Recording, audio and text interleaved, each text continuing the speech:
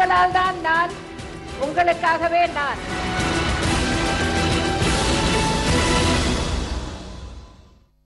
ஜெயா தொலைக்காட்சி நேயர்களுக்கு வணக்கம்.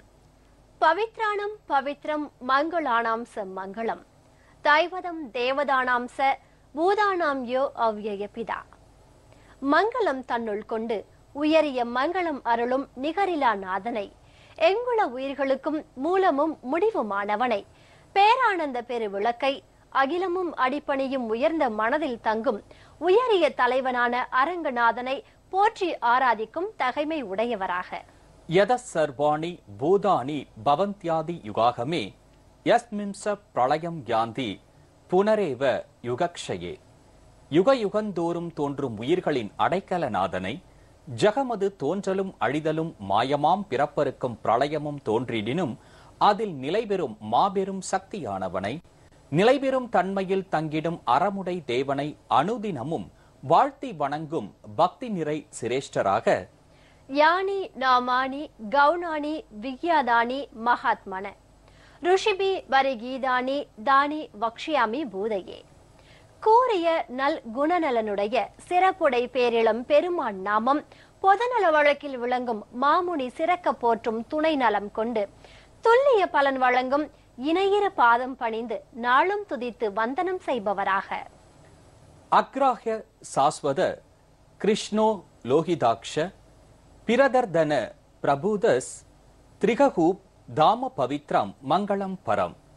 புலன்களாலும் பொறிகளாலும் புலப்படாதவனை, பக்தர்கள் நினைத்த மாத்திரத்தில் மனதினுள் புகுந்து காட்சி அளிப்பவனை, நலந்தரும் ஆனந்த சக்தியாயிருப்பவனை, சிவந்த கண்களை உடையவனை, எங்கும் நிறைந்தவனை, முக்காலமும் அறிந்தவனை, தூய்மையானவனை, மங்களம் தருபவனை, இன்னிசை குரலில் பாடி பாத சேவனம் செய்பவராக.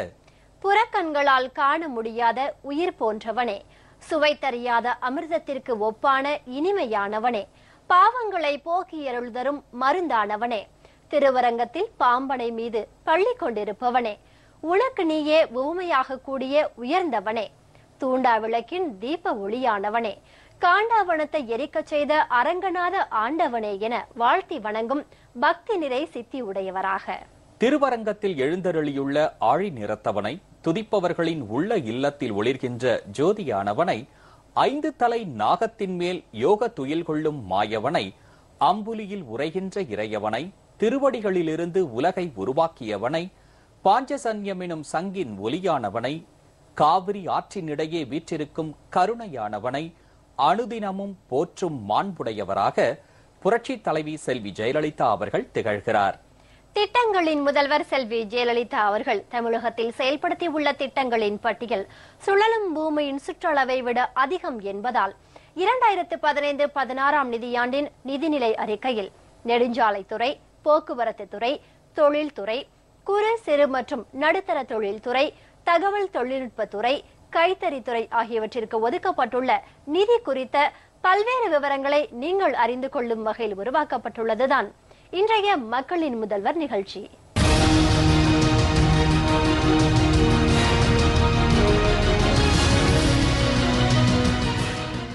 இரண்டாயிரத்து 2015-2016 நிதியாண்டில் ஒருங்கிணைந்த சாலை கட்டமைப்பு மேம்பாட்டு திட்டம் உட்பட நெடுஞ்சாலைத்துறைக்கு 8,228 கோடியே 24 லட்சம் ரூபாயும், தமிழ்நாடு சாலை மேம்பாட்டு திட்டம் 2 கீழ் சாலை தடங்களை மேம்படுத்த முதற்கட்டமாக 2,414 கோடி ரூபாயும், 4 வழி சாலைகளாக தரம் உயர்த்த 1,261 கோடியே 95 லட்சம் ரூபாயும், போக்குவரத்து துறைக்கு டீசல் மானியமாக 500 கோடி ரூபாயும், மாணவ மாணவியர்களுக்கு இலவச பேருந்து பயண மானியமாக 480 கோடி ரூபாயும் ஒதுக்கீடு செய்யப்பட்டுள்ளது. இவை பற்றிய விவரங்கள் அடங்கிய குறுந்தொகுப்பை இப்ப பார்க்கலாம். கடந்த 4 ஆண்டுகளில் ஒருங்கிணைந்த சாலை கட்டமைப்பு மேம்பாட்டு திட்டத்தின் கீழ் 2,922 கிலோமீட்டர் நீளமுள்ள ஒரு வழித்தட முக்கிய மாவட்ட சாலைகளை 1,481 கோடி ரூபாய் செலவில் இடைவழித்தட சாலைகளாகவும், 810 கிலோமீட்டர் நீளமுள்ள இடைவழித்தட மாநில நெடுஞ்சாலைகளை 447 கோடியே 34 லட்சம் ரூபாய் செலவில் வழித்தட சாலைகளாகவும் அகலப்படுத்துவதற்கான பணிகள் அரசால் மேற்கொள்ளப்பட்டுள்ளன. பயணிகள் மற்றும் சரக்கு போக்குவரத்து சீராக செல்ல ஏதுவாக 2015-16 ஆண்டில் 1000 கிலோமீட்டர் நீளமுள்ள சாலைகளை அகலப்படுத்தவும் 4000 கிலோமீட்டர் நீளமுள்ள சாலைகளை மேம்படுத்தவும் நடவடிக்கை எடுக்கப்பட உள்ளன. ஒருங்கிணைந்த சாலை கட்டமைப்பு மேம்பாட்டு திட்டத்திற்கு 2800 கோடி ரூபாய் ஒதுக்கீடு செய்யப்பட்டுள்ளது. நெடுஞ்சாலைத்துறைக்கு மொத்தமாக 8228 கோடியே 24 லட்சம் ரூபாய் ஒதுக்கீடு செய்யப்பட்டுள்ளது. நாட்டின் நிதி மையமாக சென்னை பெருநகர் பகுதி உருவெடுத்து வருவதால் பயணிகள் மற்றும் சரக்கு போக்குவரத்து பெருமளவு உயர்ந்துள்ள நிலையில் சென்னை மாநகரத்தின் புதிதாக விரிவாக்கப்பட்ட மாநகராட்சி எல்லை பகுதிகளில் 2014-15 ஆண்டில் 250 கோடி ரூபாய் செலவில் சாலை மேம்பாட்டு பணிகளை அரசு மேற்கொண்டு வருகிறது. கிராமப்புற சாலைகளை வலுப்படுத்திட பேருந்துகள் செல்லக்கூடிய 7964 கிலோமீட்டர் நீளமுள்ள உள்ளாட்சி அமைப்புகளின் பராமரிப்பில் உள்ள சாலைகள் இதர மாவட்ட சாலைகளின் தரத்திற்கு உயர்த்தப்படுவதற்காக கண்டறியப்பட்டுள்ளன. இச்சாலைகளை மேம்படுத்தும் பணிகள் படிப்படியாக மேற்கொள்ளப்பட உள்ளன. உலக வங்கி உதவியுடன் செயல்படுத்தப்படும் தமிழ்நாடு சாலை மேம்பாட்டு திட்டம் 2 கீழ் 5171 கோடி ரூபாய் ஒதுக்கீட்டில் அதிக போக்குவரத்து உள்ள சாலை தடங்களை மேம்படுத்த நடவடிக்கை எடுக்கப்பட்டு வருகிறது. இதன் முதல் கட்டமாக 2015-16 ஆண்டில் 427 கிலோமீட்டர் நீளமுள்ள சாலைகளை 2414 கோடி ரூபாய் செலவில் அகலப்படுத்தப்பட்ட 2 வழித்தட சாலைகளாக தரம் உயர்த்த நடவடிக்கை எடுக்கப்பட்டு வருகிறது. மேலும் 145 கிலோமீட்டர் நீளமுள்ள சாலைகளை 4 வழிச்சாலைகளாக தரம் உயர்த்துவதற்கான பணிகள் அரசு துறை தனியார் துறை பங்களிப்பு மூலமாக செயல்படுத்தப்பட உள்ளது. 2015-16 நிதியாண்டில் இப்பணிகளுக்காக 1261 கோடியே 95 லட்சம் ரூபாய் ஒதுக்கீடு செய்யப்பட்டுள்ளது. 2011 ஆண்டு ஜூன் மாதத்தில் 19,167 இருந்த அரசு போக்குவரத்து கழகங்களின் சேவை தடங்களின் எண்ணிக்கை 2014 ஆண்டு நவம்பர் மாதத்தில் 20,684 உயர்த்தப்பட்டுள்ளது.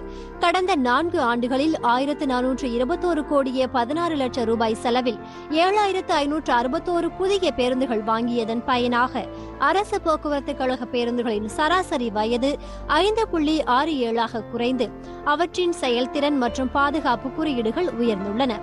2010-11 ஆண்டில் லிட்டருக்கு 5.25 கிலோமீட்டராக இருந்த எரிபொருள் பயன்பாட்டு திறன் 2015 ஆண்டு ஜனவரி மாதத்தில் 5.30 கிலோமீட்டராக உயர்ந்துள்ளது.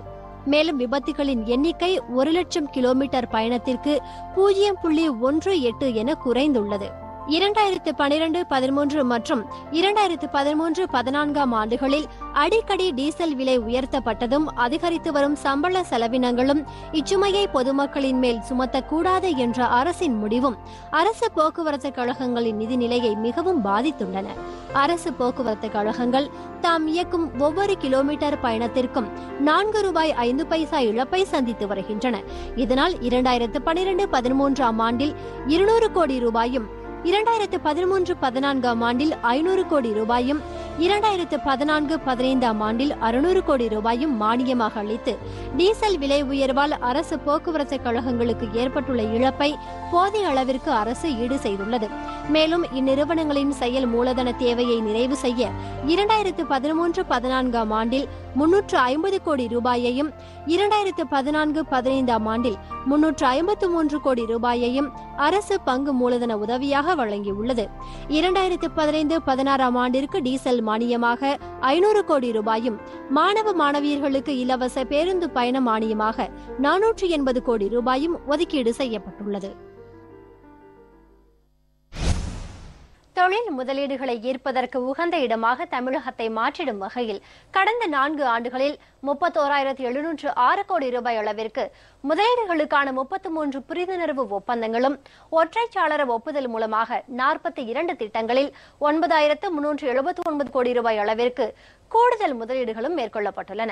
மேலும் 17,134 கோடி ரூபாய் மதிப்பீட்டில் 7 முதலீட்டு திட்டங்கள் இறுதி செய்யப்பட்டு புரிந்துணர்வு ஒப்பந்தங்கள் கையெழுத்திடப்பட உள்ளன. குறு சிறு மற்றும் நடுத்தர தொழில்துறைக்கு 365 கோடியே 95 லட்சம் ரூபாய் ஒதுக்கீடு செய்யப்பட்டுள்ளது. இவை குறித்த கூடுதல் விவரங்களை பார்க்கலாம். வேலை வாய்ப்புகளை தரக்கூடிய தொழிற்பயிற்சிகளை 2 கோடி நபர்களுக்கு அளித்திட தொலைநோக்கு திட்டம் 2023 உத்தேசித்துள்ளது.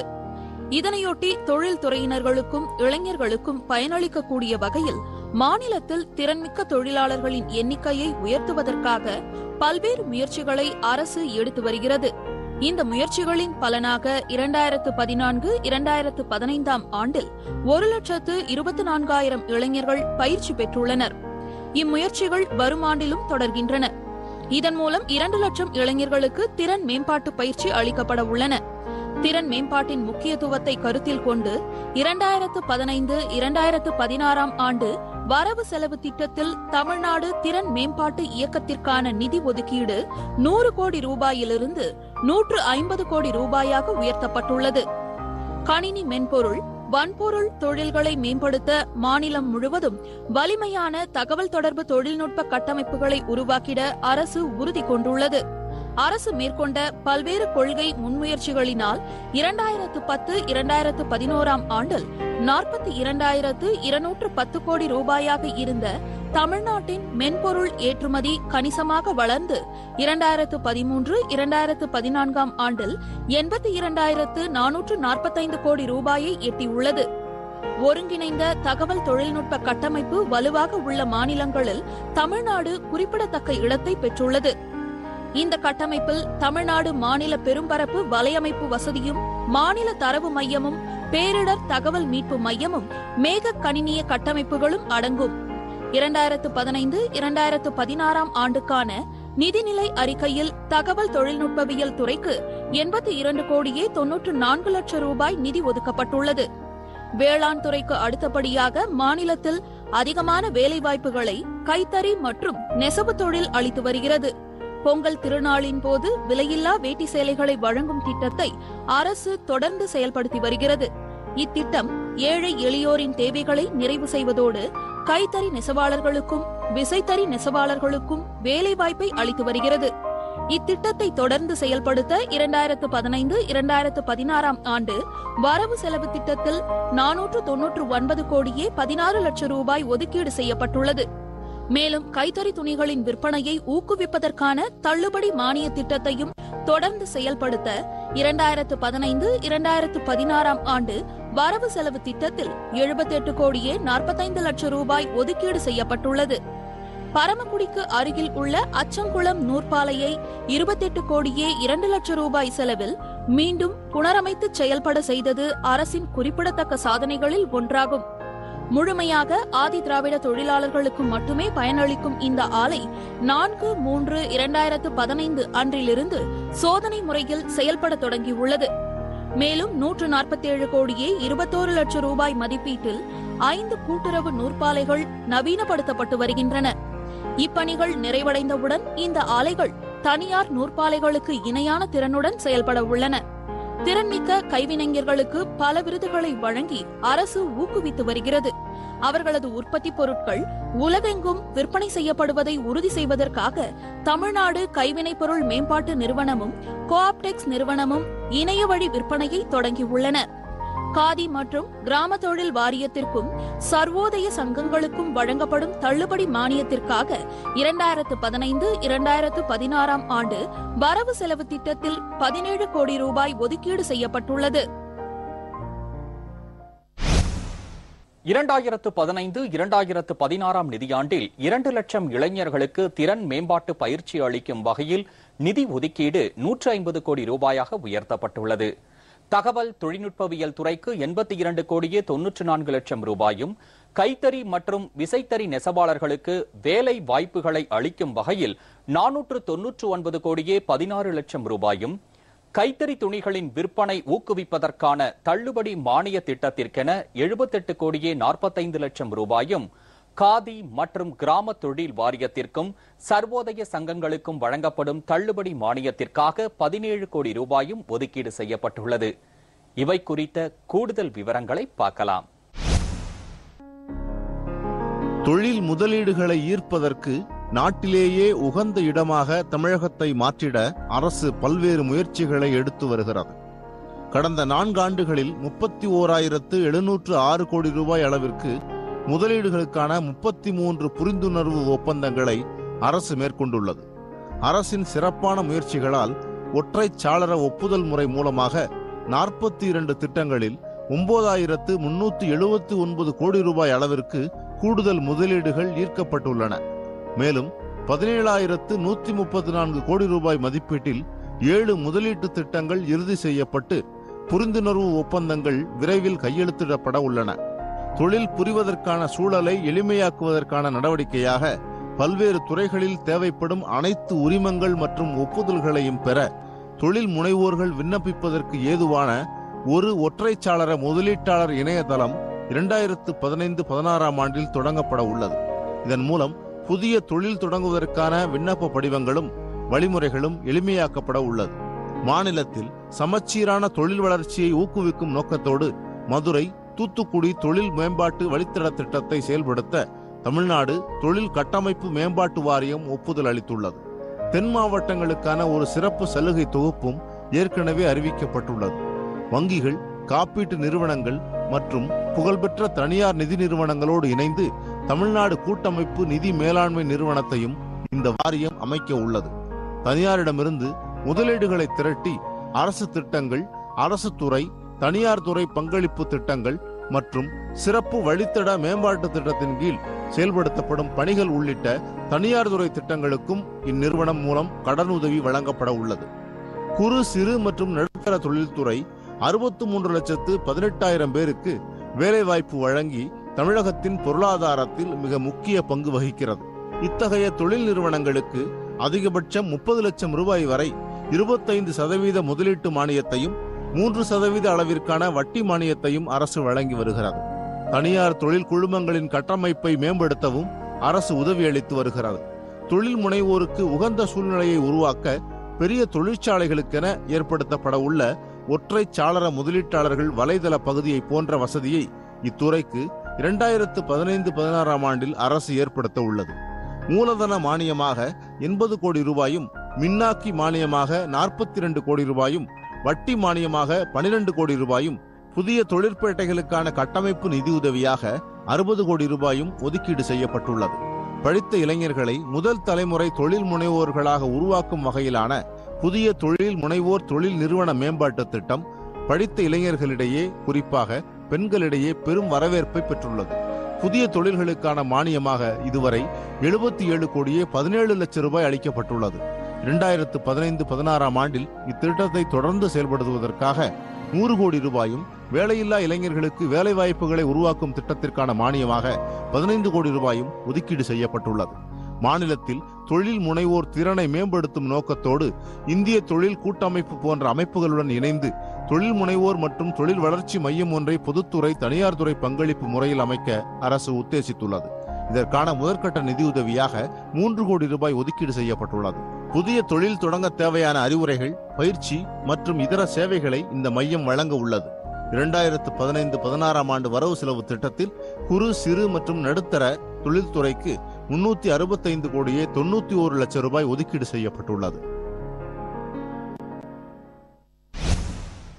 நெடுஞ்சாலைத்துறையில் மேம்படுத்தப்பட உள்ள சாலை வசதிகளுக்காகவும் போக்குவரத்து துறைக்காக வழங்கப்படும் டீசல் மானியத்திற்காகவும் மாணவ மாணவிகளுக்கான இலவச பேருந்து பயண மானியத்திற்காகவும் தொழில்துறையில் புதிய புரிந்துணர்வு ஒப்பந்தங்களை ஏற்படுத்துவதற்காகவும் குறு, சிறு மற்றும் நடுத்தர தொழில்துறையில் படித்த இளைஞர்களை முதல் தலைமுறை தொழில் முனைவோர்களாக உருவாக்குவதற்கான பயிற்சிகள் அளிப்பதற்காகவும் தகவல் தொழில்நுட்பத்துறையில் தமிழ்நாடு மாநில பெரும் பரப்பு வலையமைப்பு வசதியையும், மாநில தரவு மையத்தையும், பேரிடர் தகவல் மீட்பு மையத்தையும், மேக கணினிய கட்டமைப்புகளை உருவாக்கியதற்கும் கைத்தறி மற்றும் விசைத்தறி நெசவாளர்களுக்கு வேலைவாய்ப்பை தொடர்ந்து வழங்குவதற்காகவும் அரசு நிதி ஒதுக்கியமைக்காக மக்களின் முதல்வர் செல்வி ஜெயலலிதா அவர்களுக்கு அலுவலர்கள், பொதுமக்கள் நெஞ்சார்ந்த நன்றி தெரிவிச்சிருக்காங்க.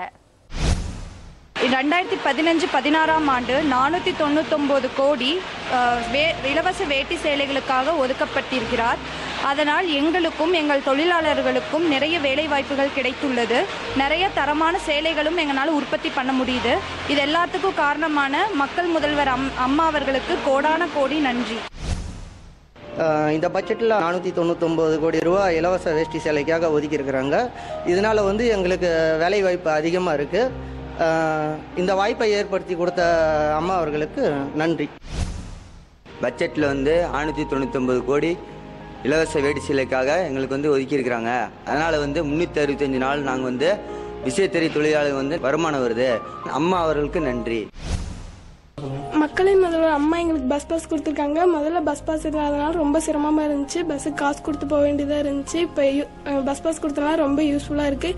480 கோடி நிதி ஒதுக்கியிருக்காங்க பஸ் பாஸ்க்குன்னு. இப்போ பஸ் பாஸ் கொடுத்தனால ரொம்ப யூஸ்ஃபுல்லாக இருக்குது. பஸ் பாஸ் வழங்கி மக்களின் முதல்வர் அம்மா அவர்களுக்கு நன்றி. அம்மா எங்களுக்கு பஸ் பாஸ் கொடுத்துருக்காங்க. இதனால எங்களுக்கு காசிபாளையத்துலேருந்து கொடுமுடி ஓடுறதுக்கு 5 கிலோமீட்டர் ஆகுது. இந்த பஸ் பாஸ் இருக்கிறதுனால பஸ்ஸில் ஏறி இலவசமாக போயிட்டு நாங்கள் கரெக்டாக கிளாஸ் அட்டன் பண்ணிட்டு இருக்கிறோம். 480 கோடி பஸ் பாஸ்க்காக ஒதுக்கியிருக்காங்க. 2015-16 ஆண்டுக்கான நிதி ஒதுக்கீட்டில் இலவச வேட்டி சேலைகளுக்காக சுமார் 500 கோடி ஒதுக்கி இருப்பது ஏழை எளிய மக்களான எங்கள் அனைவரின் இதயங்களையும் குளிர வைப்பதாக இருப்பதால் மாண்புமிகு மக்களின் முதல்வர் அம்மா அவர்களுக்கு மருதாணி குளத்து மக்களின் சார்பாக எங்களின் நெஞ்சார்ந்த நன்றியை தெரிவித்துக் கொள்கின்றோம். கிட்டத்தட்ட 20,000 தறிகள் இருக்கு. அதை நம்பி நெசவு தொழிலில் மட்டும் 1 லட்சத்திற்கும் மேற்பட்டோர் பயன்பட்டு தொழில் செஞ்சுட்டு வர்றாங்க. இப்போ அரசு அறிவித்துள்ள 78 கோடி 45 லட்சம் மானியமானது சங்க ஜவுளிகள் விற்பனைக்கு வசதியாக இருக்கு. உறுப்பினர்களுக்கு சேமிப்பு மற்றும் பாதுகாப்பு திட்டம் என்ற திட்டத்தை வழங்கி வருகிறார்கள். இந்த ஆண்டு பட்ஜெட்டில் அறிவித்துள்ள 499.16 லட்சம் இலவச வேஷ்டி சேலைக்கான உற்பத்தி திட்டத்திற்காக வழங்கப்பட்டுள்ள தொகையானது அது உற்பத்தி செய்யும் நெசவாளர்களுக்கு மிகவும் பயனுள்ளதாக உள்ளது. மேலும் பல்வேறு திட்டங்கள் வழங்கி வரும் அம்மா அவர்களுக்கு எங்கள் சங்கத்தின் சார்பாகவும் எங்கள் சங்க உறுப்பினர்கள் சார்பாகவும் மனமார்ந்த நன்றியையும் பாராட்டுதலையும் வணக்கத்தையும் தெரிவித்துக் கொள்கிறோம். 2015-2016 ஆண்டுக்கான பொது பட்ஜெட்டில் நெடுஞ்சாலைத்துறைக்கு என 8,228 கோடி ரூபாய் நிதி ஒதுக்கீடு செய்துள்ளது. அதில் ஒருங்கிணைந்த சாலை மேம்பாட்டு திட்டத்தில் சுமார் 2,800 கோடியும், உலக வங்கியுடன் செயல்படும் அகல தரவரிசை சாலையாக மாற்றுவதற்கு 2,414 கோடியும், 145 கிலோமீட்டர் தூரத்திற்கு 4 வழி சாலையாக மாற்றுவதற்கு 1,262 கோடியும் இன்று தமிழக அரசு நிதி ஒதுக்கீடு செய்து நெடுஞ்சாலைத்துறைக்கு செய்துள்ளது. மக்களின் முதல் அம்மா அவர்களுக்கு நெஞ்சார்ந்த நன்றியை தெரிவித்துக் கொள்கின்றோம்.